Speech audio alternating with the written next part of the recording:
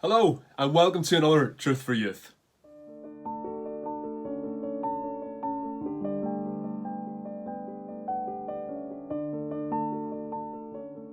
So you're back to school, and that's great because it's been, 5 or so months since you last sat at a school desk, so it's good that you're back. Now, as you recommence your education again, does the Word of God have anything to say to you, just to encourage you as you get back into education? Well, absolutely it does. We could turn to Ecclesiastes chapter 9 and the verse 10, where it says, "Whatsoever thy hand findeth to do, do it with thy might." Or you go to 1 Corinthians chapter 10, the verse 31, where it says, "Whether therefore you eat or drink or whatsoever you do, do all to the glory of God." But I actually want to take you to the book of Acts, the chapter 7 and the verse 22. Acts 7:22, and here we read about Moses and his education in his early years. So, Acts chapter 7, verse 22, "And Moses was learned in all the wisdom of the Egyptians, and was mighty in words and in deeds." So those verses give us really interesting information on Moses' early days when he was living in Pharaoh's house. And we're told that he was educated there. And there is no doubt Moses would have received one of the greatest educations anywhere to be found in the world. His mother, who adopted him, would have spared no expense in educating her son. He would have most likely learnt science and maths. He would have learnt military strategy. He'd have learnt government. He'd have learnt maths and languages. All of these things that would be immensely helpful. But here's what I want you to know.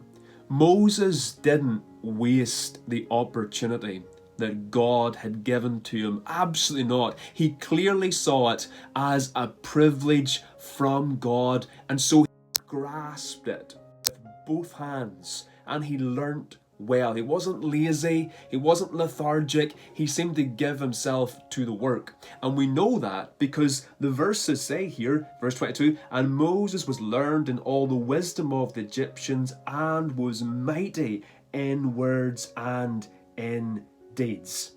So I would love you to see your education the same way that Moses looked at his. Okay, he went at it with all of his might, and he became an intellectual genius here. He saw education obviously as an opportunity, as it is, to acquire new talents, to develop them, and to equip him to live in this world and for God to work through him. And so when it says here that he became mighty in words, like I said, it means he became very much an intellectual. And here's the thing, Moses didn't know what God was going to do with him. He didn't know what lay ahead of him. But he studied to the best of his abilities, and his lecturers were not disappointed in their student here. Now, like I said, Moses didn't know what was ahead of him. And likewise, you don't know what's ahead of you. You don't know what lies ahead of you at the end of your education and how God would use you. It's an exciting thing. Who knows what God does through you? But this you do know, that at this stage in your life, God would have you to be in education. So embrace it and pray that the Lord would mold you and make you and equip you to live for him.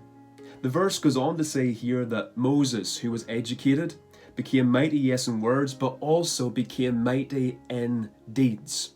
And history tells us that Moses became a military general who was incredibly successful. He was so successful that he was the envy of many of the Egyptians, and even Pharaoh himself became jealous of Moses because of his success and abilities.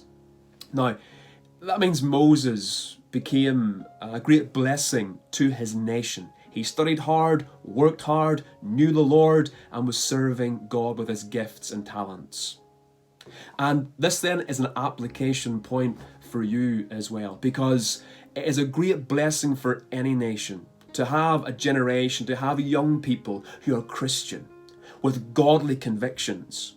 And they're also educated in the arts, in science, in business, in agriculture, architecture, health, welfare, whatever you care to mention, because those young people, you, as you're educated in those subjects, will go into those fields of work, and as a believer, you will sanctify those fields. You will live for Christ in each of those areas. So your greatest need, undoubtedly, is to know God and to go on with God, to walk with the Lord. And then to take every opportunity God has given you and to develop your talents, that the Lord, as He did with Moses, would work through you, that you might glorify God and be a blessing to your fellow men. Attending school is no trivial thing. It's not just a matter of going and getting it over and done with. No, it's God's opportunity for you to learn, to be equipped, and to be moulded. And I trust the Lord will help you in your days at school, that you'll make the best possible use of them, that you indeed might someday glorify God and be a blessing to all of us. Thank you for watching, and may the Lord bless you.